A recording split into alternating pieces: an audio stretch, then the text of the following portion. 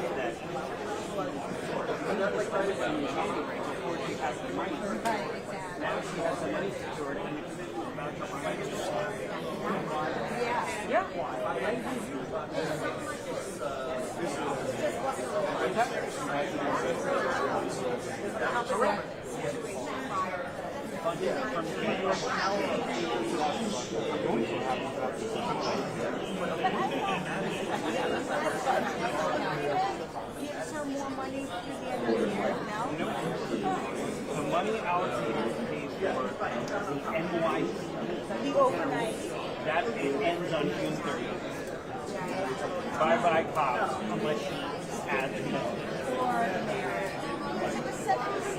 Yeah, that's right. The 6 months started in January. There's not $1 more in there as far as I know.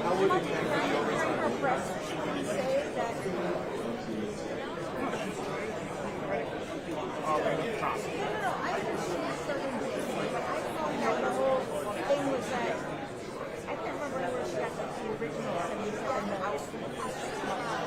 Because the city identified. But for the second half of the year, it's part of this new budget. My understanding is that she asked residents what would it cost for this number of times. Come up with $150 million or whatever it was. She said, we'll split it with 77. That's basically what the split is. They already completed March, and they said, let's just and unless it says something different, this all expires in the start. And then she'll say something like, we can always revisit it. The overnight comp expires. But the others no, the money for it's not like the overnight comp expires. That's a just-in-case decision. It's the payment plan. Yeah, the money was over. It's over. Yeah.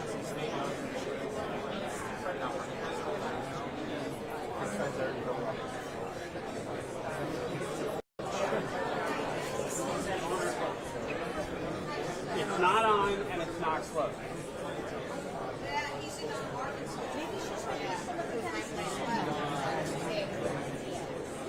That's going into the crowd. That's what I thought. I thought that was like safety stuff and therapy.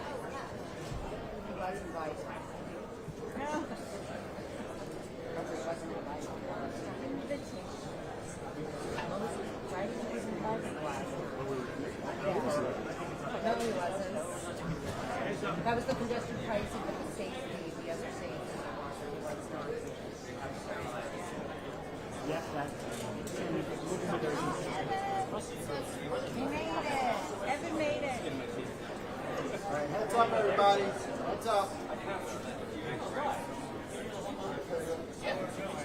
You don't say hello. You don't write. You don't call. So far. Heads up, everybody. Here we go. Sorry? Who said that? I'm like, shut it down. That's 10 o'clock. Shut it down.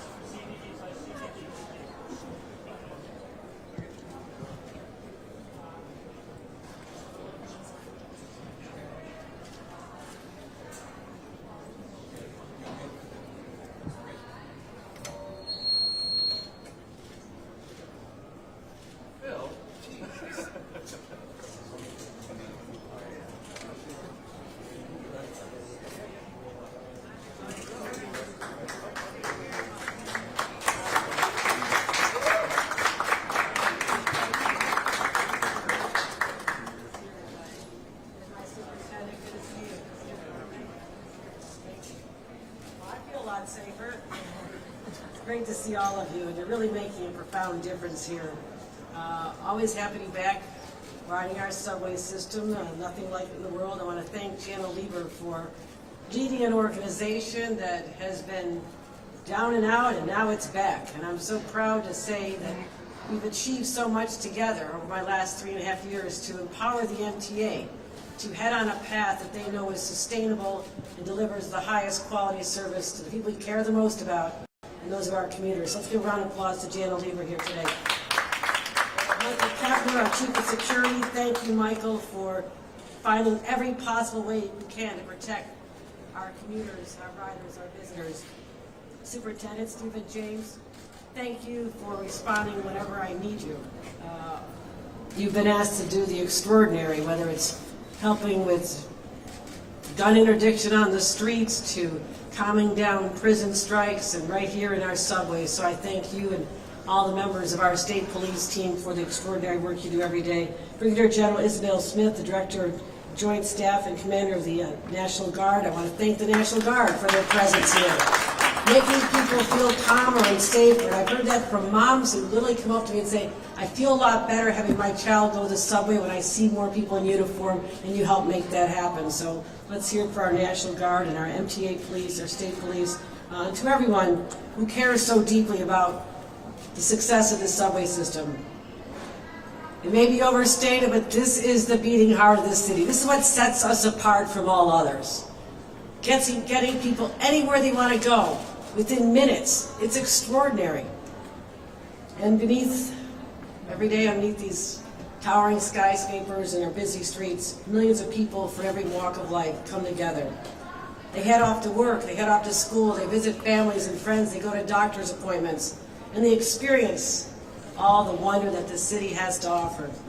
But I'll tell you this, when I first took office 3.5 years ago, this system faced a triple threat. First of all, subway crime was raging, absolutely raging, I would say as an aftermath and outgrowth of the pandemic, of which we know we were the epicenter for the nation. Ridership was down, it was absolutely lagging. And the MTA faced a looming fiscal crisis that threatened to bring this system to a screeching halt. Those were real challenges, but we were undaunted. We knew we needed to lean hard into them and find solutions that would work. So we secured significant recurring funding to save the MTA from literally going off the fiscal cliff. We got it done a few years ago. And we took bold, decisive action to protect riders. And you see it, as I mentioned, with the presence of law enforcement on the platforms and in the trains. You see it in the National Guard presence. And you see it in the new platform barriers and cameras docked in every single subway car. And I want to say we had a goal to get it done in a few years, and I want to thank the MTA for rising to the challenge I put out and said, no, we're going to shave off a lot of time. I want a camera in every single train so people feel secure and our law enforcement can reach and find and prosecute the lawbreakers. So we made some real progress there as well. Now, subway crime now is down 16% compared to 2019. Why do I go back to 2019? I subtracted out the higher years of the pandemic because otherwise this would be a lot bigger drop. But I want to deal in realities. What was the world like before the pandemic? when people were not so anxious about going on the subway. We are now down 16% compared to 2019.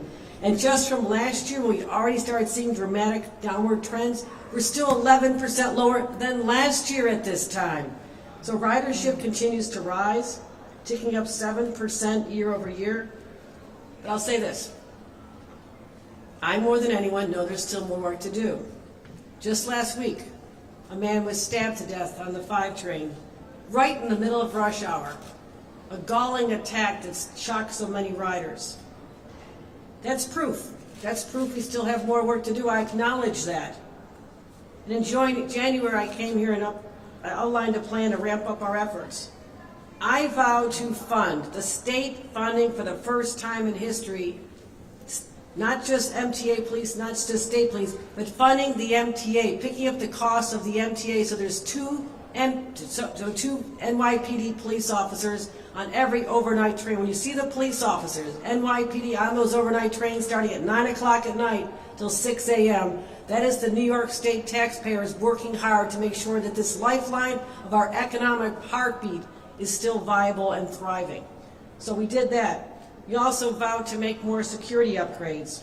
And I vowed to end the insanity of violent criminals getting off with crimes because of technicalities, whether it happens on the subway or happens on our streets. And I vowed to keep people who have severe mental health problems, who are in our subways, on our streets. I said we vow to get them off these city streets and subway stations and in our trains and get them into a hospital bed where they can get some help. I thought it was cruel to abandon them. Yes, they have civil rights, of course they do, but some people don't have the mental capacity to make decisions for their own health and well-being. How do we abandon them? That's not what a civilized society does, and we said no more. And I'm proud to say with our new budget securely in place, almost done, we delivered on these promises. And when it comes to public safety, I refuse to back down. Absolutely refuse to back down. So let me break down what we accomplished. First, an additional $45 million for Joint Task Force Empire Shield. That's our National Guard. We want to make sure they're funded and can remain here. This is the elite unit that protects New York City, including our subways. The National Guard members you see are an important part of that. $77 million in this year's budget to make sure we can continue funding those NYPD on the overnight trains. These officers really are the unsung heroes. Those late night rides have to be stressful. Sometimes you walk into a car and you don't know the unknown. It's a frightening dynamic, and I want to thank them because they're protecting the nurses and doctors who are on the midnight shift, the cooks and bartenders who clock out late, and all the people who have to rise before the sun, our construction workers, our bakers, our baristas. These are the people who keep our city running, and we must keep them safe. We also, as I mentioned, are taking the steps to take care of those languishing with mental health problems. And I will say this, we're going to make a difference in their lives. We're going to make sure they get the help they need, but we couldn't do it up until now. Here's why. Because we didn't have the system in place to care for them. Because of decades of disinvestment in our system, our healthcare system, our mental health system, that we didn't have enough beds. We didn't have enough practitioners. We didn't have enough people with long-term strategies and supportive housing. And I'm so proud after the first $1 billion investment I made back when I was brand new governor, we are now positioned to be able to give these people the help they need. That's why we can welcome them in and take good care of them. We're also strengthening Kendra's law to ensure those with serious mental illness receive consistent treatment in the community so they don't fall between the cracks. Also investing $30 million in our homeless outreach teams, these safe option support teams. My God, they're doing God's work every single day. You see them, I've come to thank them. And they're so compassionate, and they don't give up on anybody.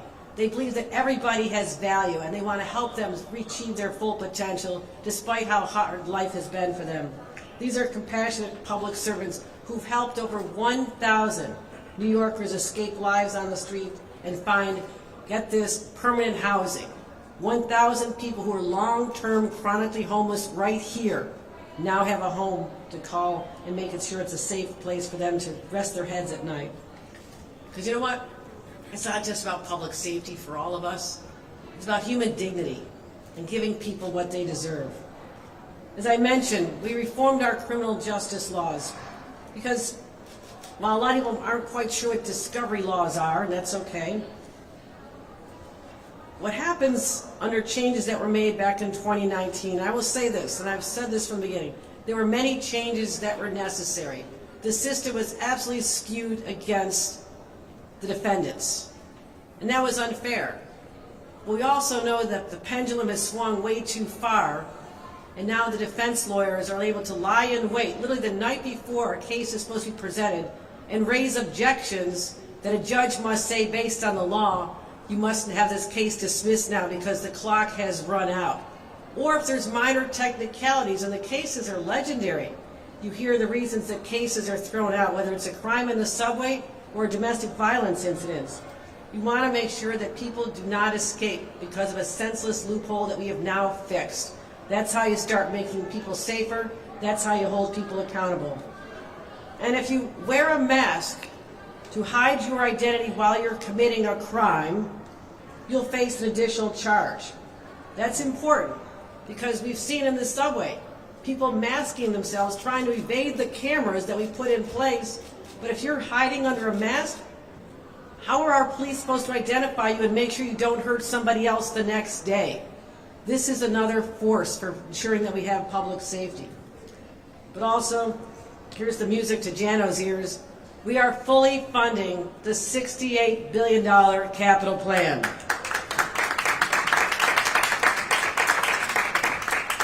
And I want to thank the leaders in the legislature for working hard with me. It's been an interesting, always interesting process. But we're also making sure through that we're also upgrading $1 billion more in crucial physical security upgrades. So what we're going to do, we'll have platform barriers at 100 additional stations, LED lighting, I want them brighter, I want people to see. We'll also continue swapping out the aging turnstiles. Guess what? Ones that are hard to evade, ones you can't hurtle over or crawl under. So we're going to be getting those out there, so those shameless ferry baiters, and everybody's doing this, who create unnecessary stress and chaos for the other riders who are actually doing what they're supposed to do. So we're going to stop them as well. We're also going to make sure the MTA, we're fully funding their repairs. And something that's near and dear to my heart, since I proposed it a few years ago, is to do the Interborough Express once and for all. The money is there, because as much as we love Manhattan, people trying to go from Brooklyn to Queens should not have to make a stop here first. Let's inject some common sense into our residents' lives and let them have the quality of life they deserve and less time traveling from one borough to another. Making stations ADA accessible and enhancing service to and from the Hudson Valley. So we're going to continue with these goals, and I'm always looking forward to partnering with the MTA as we go forth for the years ahead to make good on all these financial commitments. But mark my words, I will do everything in my power to ensure that the people of this city and this state are safe, and I'll put the investments where they need to go. I'll make the changes in the law where necessary, because we won't stop until every single person has what they deserve, the right to be safe in their homes, in their communities, and in our subways. Thank you very much. Let me hand this now over to Jana Lieber, the Chairman and CEO of the MTA. Governor, you said it all, but more important, you did it all.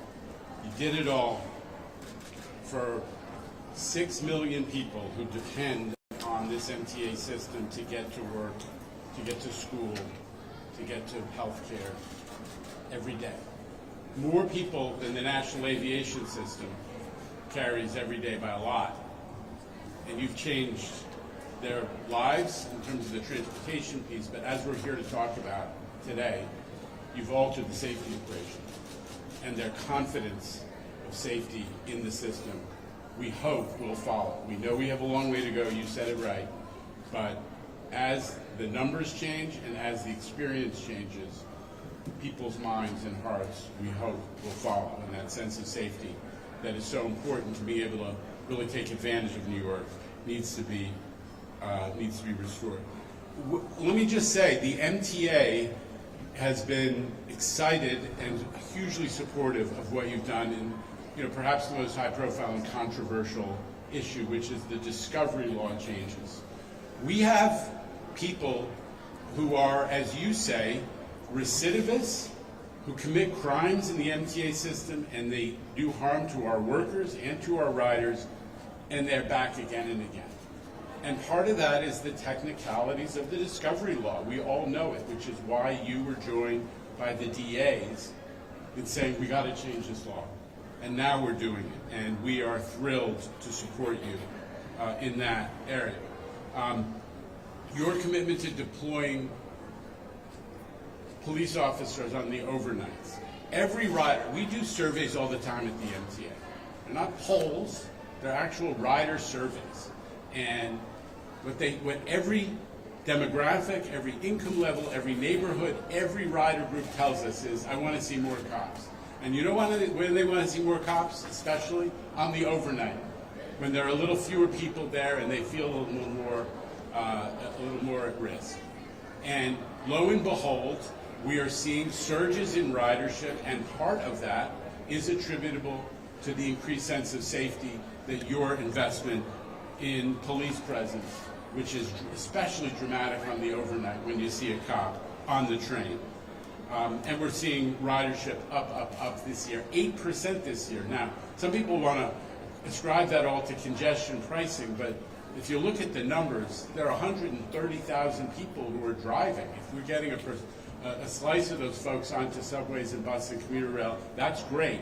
But that's not what's driving the MTA growth in ridership. It's the economic comeback of the city, which transit was key to, and your investments in safety. And we're having, I just got to echo one thing you said. I don't want to go on too long, is the cameras. The cameras now, we have an unbelievable camera system. We have 130,000 cameras in the system, but only because of your investment. In a single year were we able to make sure every subway train, no matter how old it is, now has 2 cameras on it. 2 cameras on every train. And that horrible incident that took place, God forbid, the first homicide of the year in the MTA system. But we had video on the train, the cops had video on the platform, they had video at the turnstile, and that's why that assailant knew he had to turn himself in, because it was all over, the cops were onto it. We've moved station agents out of the booths, where not only are they helping riders to navigate the system, but they are functioning in tandem with NYPD and your officers as eyes and ears for safety and providing that sense of presence. We have hundreds of unarmed guards at the turnstiles and at the exit gates who have helped achieve what you've done, what we've done together, which is a 30% reduction since last summer in fare evasion on subways. And fare evasion isn't just an economic issue. That's a morale issue. That's at the gate, at the door to this system, you want to feel like it's safe and it is a place where people follow the rules and you have some confidence in it, and you helped us to accomplish this. And then you talked about the mental health component. That is the thing that is having a disproportionate impact on the rider's sense of safety in the system. It's not a secret. That population is having a disproportionate impact on the sense of safety and order in all of our public spaces, and they need to be helped and into treatment. And with your changes to the involuntary commitment law, we have confidence that that will change. So you talked about the results. The numbers are down 16% versus where we were before COVID. 30% fewer attacks on our employees, the public servants who are making the system operate. Now, we do have, you keep saying it exactly right, we have a ways to go to get New Yorkers' confidence in in the subway safety and in transit safety back. But boy, have we made strides, and boy, are we making strides. And I have, tip of the hat to your leadership in this area and so many others. Thank you, Governor, and thank you on behalf of the riders.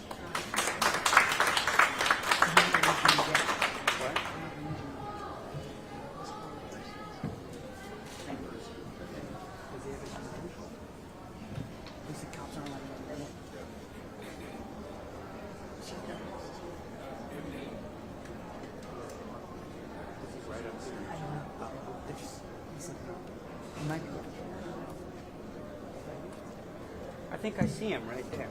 Is that Jimmy? Yeah. He's at the top of this. Good morning.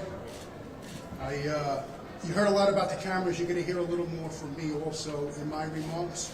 And the reason being is because coming from a law enforcement executive, they're gold.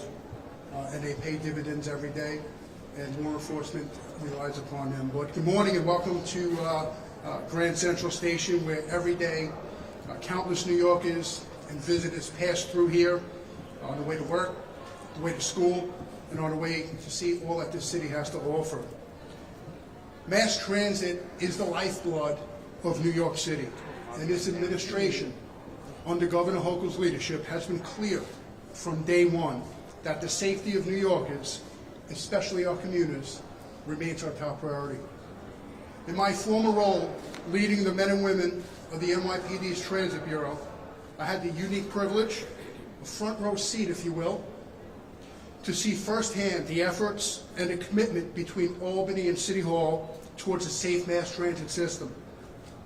It was under the governor's and Chairman Lena's leadership that we were able to deliver a camera network that didn't just cover every subway station, but a camera system that now covers every subway car. Again, 100% of all subway cars in the New York City subway system are outfitted with cameras. And that worthy investment has already paid countless dividends, offering tremendous investigative value to our law enforcement partners, while instilling public confidence and acting as a deterrent to would-be criminals. Beyond this smart and highly effective investment, this administration has done so much more, including the support which was mentioned by the chairman and the governor, and the funding for additional NYPD deployments on trains, specifically during the overnight hours, a welcomed and reassuring presence for our riders during their overnight journeys. These investments, among others, along with the hard work of the men and women of the NYPD and the MTA Police Department, translated into a promising reduction in subway crime this year. NYPD data shows that overall crime for the first quarter of this year was down 18.1% versus first quarter 2024. In fact, overall crime for Q1 2025 was at its second lowest level in recorded history, surpassed only by the pandemic year of 2021. This significant achievement includes the lowest number of first quarter robberies since subway crime was recorded, down 25% versus last year, down 36% versus 2023, and down a staggering 84% versus 1997 when I wore the uniform of an NYPD sergeant. The MTA has also made strides when it comes to safety infrastructure under this administration. To name just a few, and was mentioned, updated and brighter lighting for our stations, the installation of safety barriers on platforms, modifications to turnstiles to reduce fare evasion. And we have taken steps to improve the safety of our workforce, as the chairman mentioned, such as our commitment to install video cameras in every conductor cab, as well as the chairman's hiring of the MTA's first ever criminal justice advocate. I've often said that although the police are the most visible part of the criminal justice system, there are other stakeholders involved whose actions and decisions have far-reaching impact on public safety. So true. There must be meaningful consequences that hold criminals responsible for their actions. For without consequences, where is the deterrence? And where is the deterrence for our crime victims? Mechanisms ensuring an accused one's rights are respected must be rooted in common sense and not burdened by technicalities or unrealistic time frame for prosecutors. That's why the governor's push to change discovery laws is so important to the mission of advancing public safety. Thank you. And look, I could go on and on. There's not enough time. This is a topic that's near and dear to my heart. But know this, everyone listening, as encouraging as the crime statistics are, and they are, we remain focused, recognizing our work is far from finished. But here we are yet again at Grand Central Station, collectively as a team, to reaffirm our commitment to the safety and prosperity of all. Thank you.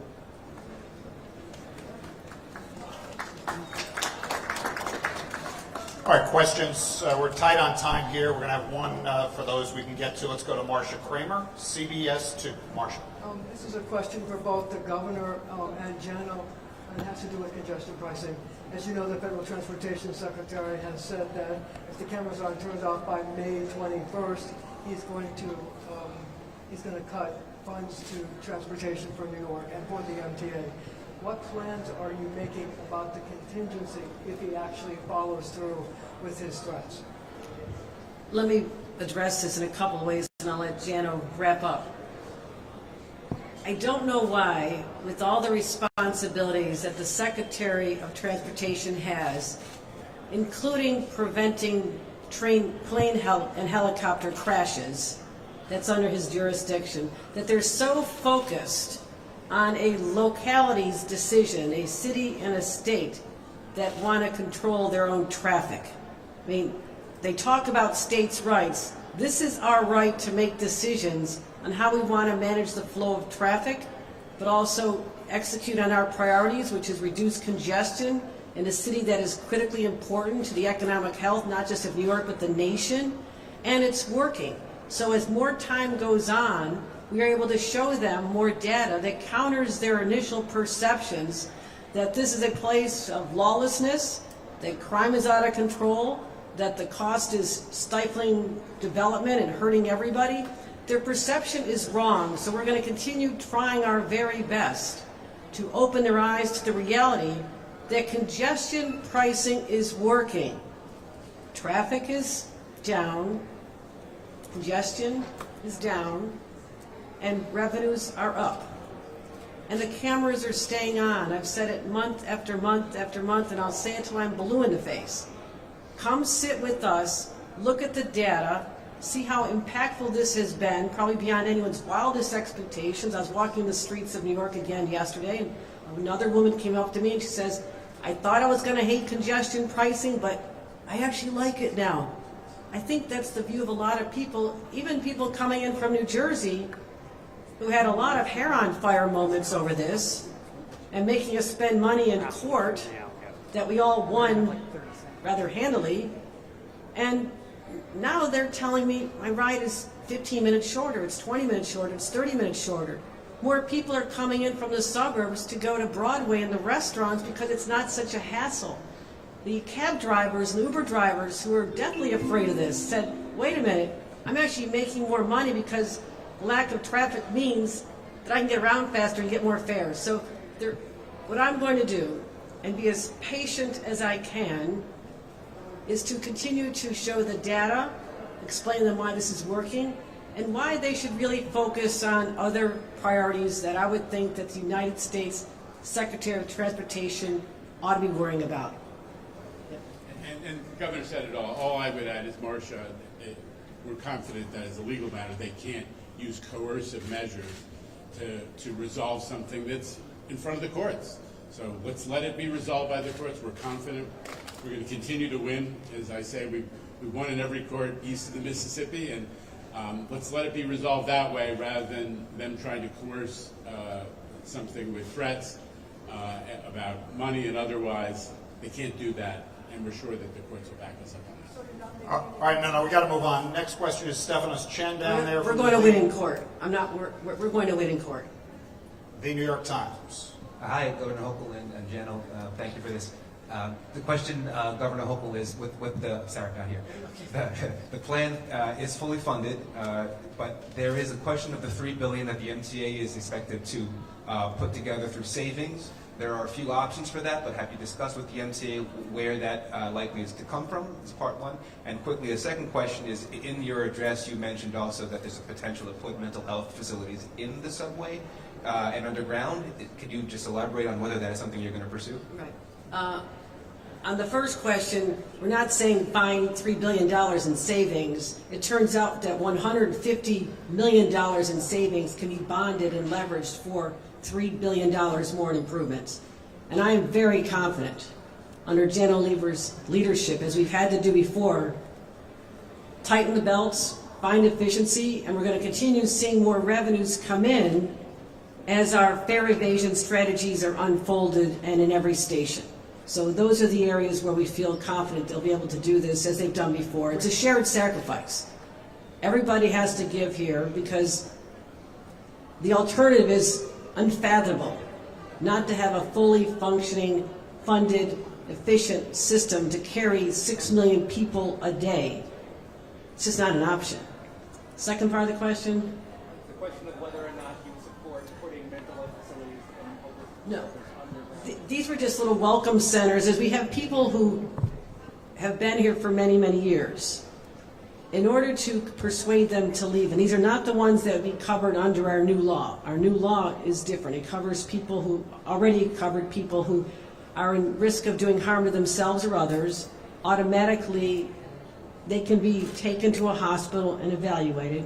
What we've added now is a new category of people who don't have the mental capacity to take care of their own personal needs, whether it's making sure they're taking medication, whether it's making sure that they're getting food, making sure that they're getting, clean clothes and taking. So this is someone who clearly demonstrates they do not have the mental capacity to do this.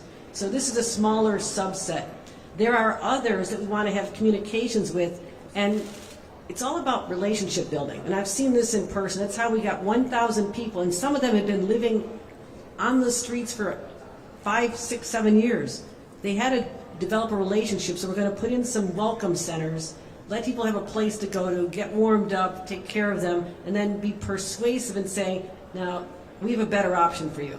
Let's get you evaluated, let's get you care, let's get you medication, and we'll keep an eye on your recovery once you've been discharged from the assistance we're providing you. So I don't want to have a one broad covers everybody, because everybody is unique and has a different reason and why they're here. We're not talking about just people who are homeless, who find themselves on the streets.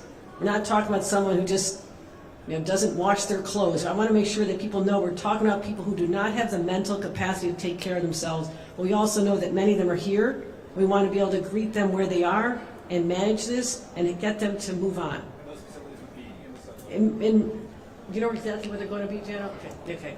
There's just going to be a few of them in places where our support teams can gather and build reinforcements and also go out and plan their strategies, so they have a centralized place to go to. All right, moving on, Governor, if we could direct you to the Loge section back there. That's Newton Jones Burkett III from Channel 7 Eyewitness. Tim, thank you. To Chief Kemper and to the Governor, if you would weigh in on this also.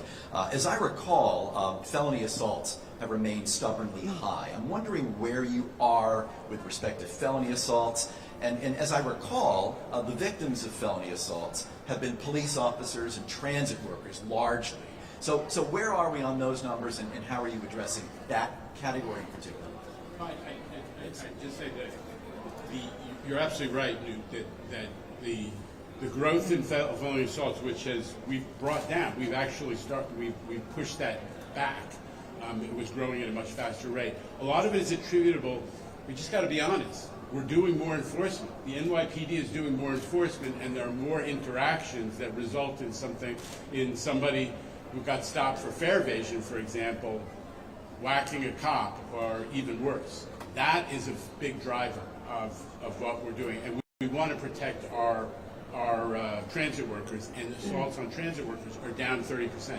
So we are pushing back hard against those two stubbornly high numbers, and I think we're making progress. But with the governor's discovery changes, this is a category of crime that is especially relevant in that discovery change, because if somebody attacks a police officer, it's supposed to be a felony, but frequently it's being knocked down or even let go because of this problem of the technicalities that governor's discovery initiative addresses. So we believe that the people who commit those types of crimes are going to see more consequences as a result of the law. That's what we're shooting for. Where are we on the numbers?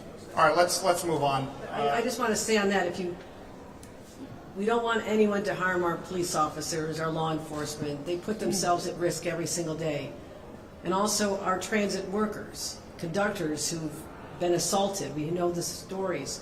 Last year I worked hard to get the law changed so there's enhanced penalties for someone who assaults an individual who works for the MTA, these people who are in exposed positions. So we'll see more cases brought on that. But Jano's absolutely right, that it's the volume of police officers, so the number of police officers there's going to be higher risk. But if you subtract that increase in that number out, that says the overall number related to commuters is lower. And we need to be honest in our characterization of the statistics. Yeah, we'll get you the number, Newt. I think it's about 30% of the assaults are against police officers. We'll get you the number. Bernadette Hogan is here in New York City from New York One. Sure am. Governor, with the mass penalties, do you think that the MTA should start recording and releasing those statistics to see, how bad that problem is in the system? And also, do you agree that New York should legalize assisted suicide as the Assembly passed that bill a couple days ago? Bernadette, I'm going to give you an answer you've been hearing from me for 3.5 years. The legislature acts. They pass it in both bodies. I have until the end of December to assess and evaluate all their decisions. And as customary, they drop about 800 to 1,000 bills on my desk in June every year. I take the time necessary to evaluate, and as you know, I never talk about what I'm going to do until I do it. I need the time to process. I spend a lot more time on bills over that 6-month period because it's important, because when I put my signature on a bill or a veto pen is brought out, it has bigger consequences. So I'm aware of that weight, and that's why I'm not going prepared to give an answer at this time, but all will tell. What was the other half? On the mask wearing, do you think that the MTA should start recording this? Recording what? For people that commit a crime or are menacing, and anybody that would fall under this new blanket. If you're wearing a mask and you're menacing, right? That's not a stat, I don't believe, that's recorded or provided.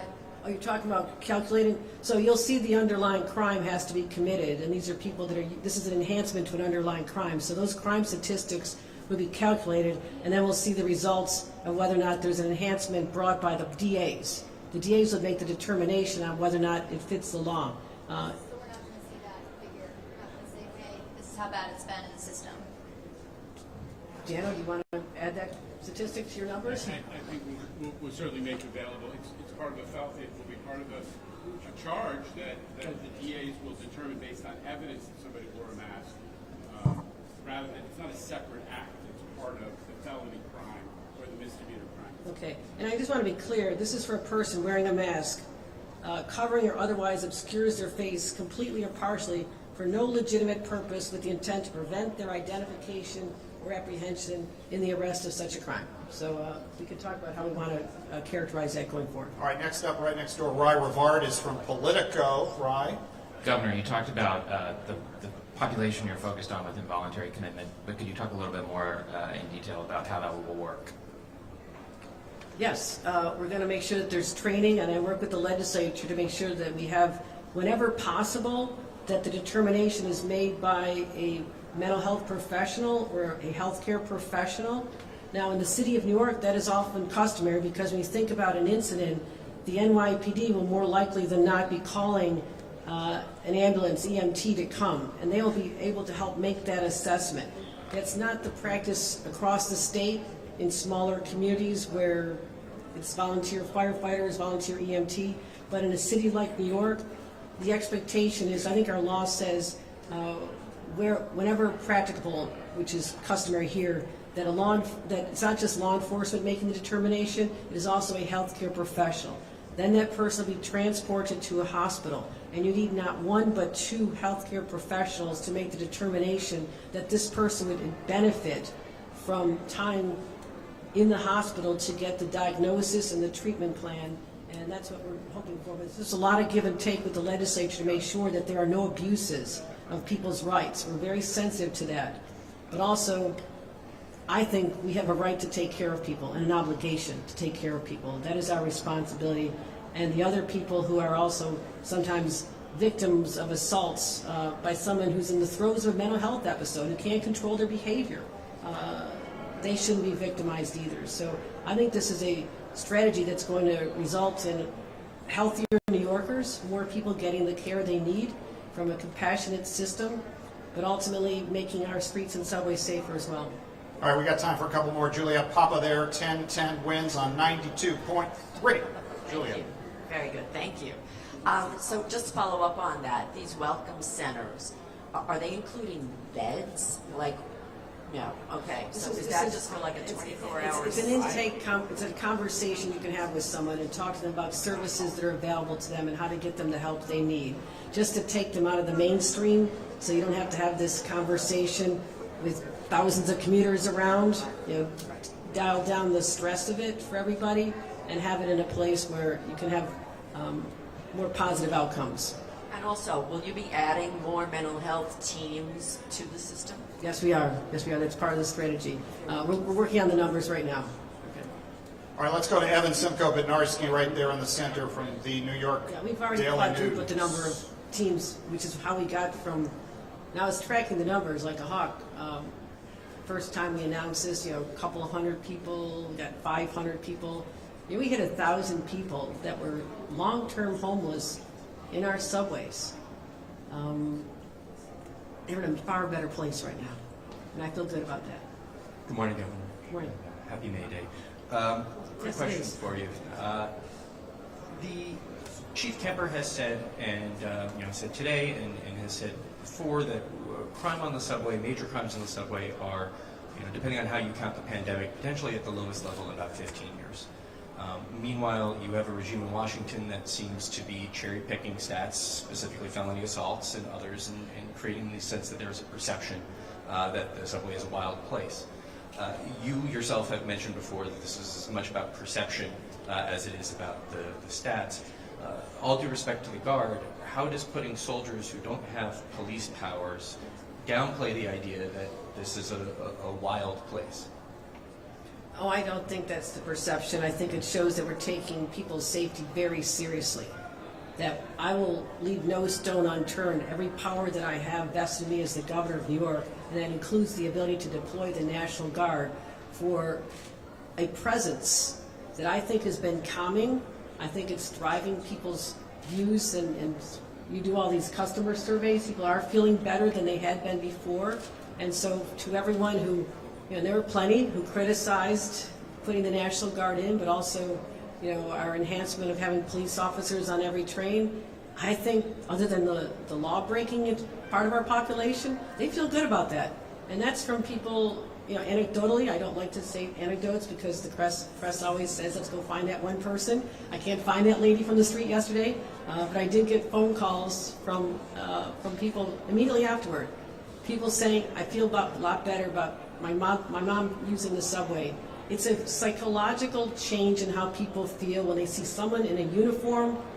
They feel they're going to be okay. And it's that basic sense of security that I think every human being deserves, and they didn't have it for a long time. And not everybody has it right now.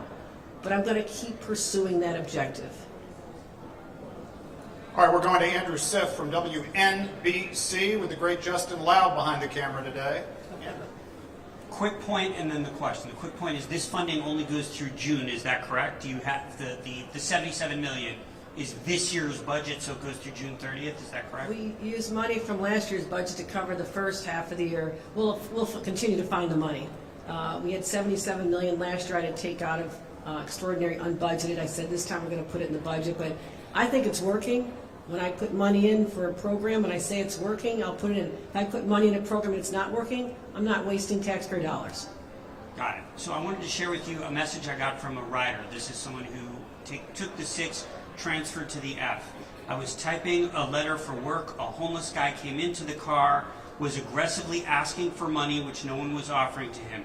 He stood over me, and I know better than to make eye contact. I kept typing my letter, but instead he yelled and spit on me. It was scary and disgusting, and I filed a report with the MTA. I know it will go nowhere, but I want them to know the homeless are getting more and more aggressive. She then sent a message to me, I'm not taking the subway after rush hour anymore. I just wonder what your reaction is. That's painful to hear because I don't want anyone to feel that sense of anxiety. That's what I've been fighting. And I have 6 million riders. And there are people who are causing these incidences that are creating this sense of vulnerability. It's real. I'm not dismissing that. And we're working on it. We're working on it. And I said in my State of the State that the subway should not be a rolling homeless shelter. We're putting more money into all kinds of housing programs, supportive housing. But someone who has aggressive behavior, do they have an undiagnosed illness that we as a society, as a state, should be finding out and getting them medical treatment, because that's not normal behavior. To walk up and threaten someone, is it someone who just does that because that's their nature to do that? They want to do that, or do they have a mental health challenge that they can't control their anger that medication and treatment could help them with? That's what we're getting at here, at a very human level. Chief Shell, have anything to say on that? No, I mean, look, the governor answered it, and I've been vocal about this topic. That's very unfortunate. I have letters saying the opposite.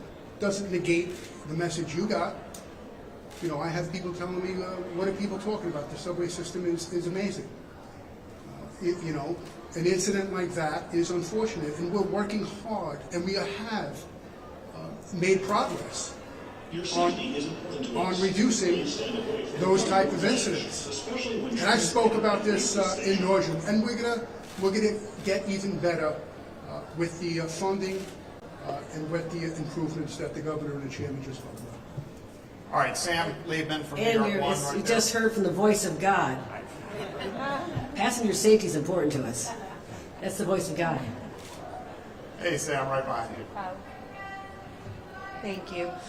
So, just back to the officers overnight. So, there was $77 million in the budget. So you are going to continue to fund it past June, because initially you said for 6 months. So it's going to go past We're June. going to continue working with the City of New York. Obviously, this is an expense that is customarily on the budget for the mayor.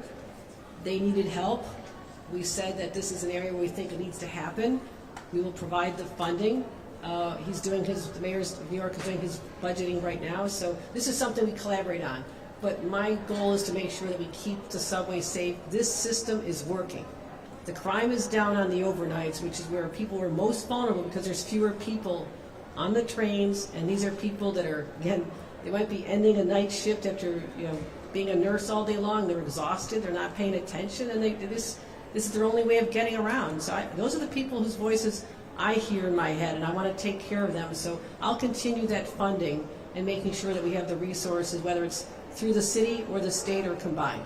Just on the $3 billion that the MTA has to find cost savings, isn't it going to be a little bit harder this time around because of tariffs and inflation?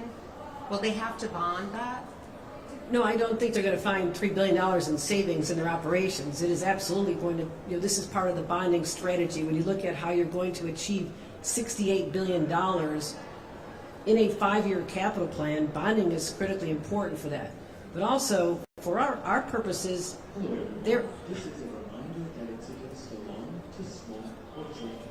don't do that either.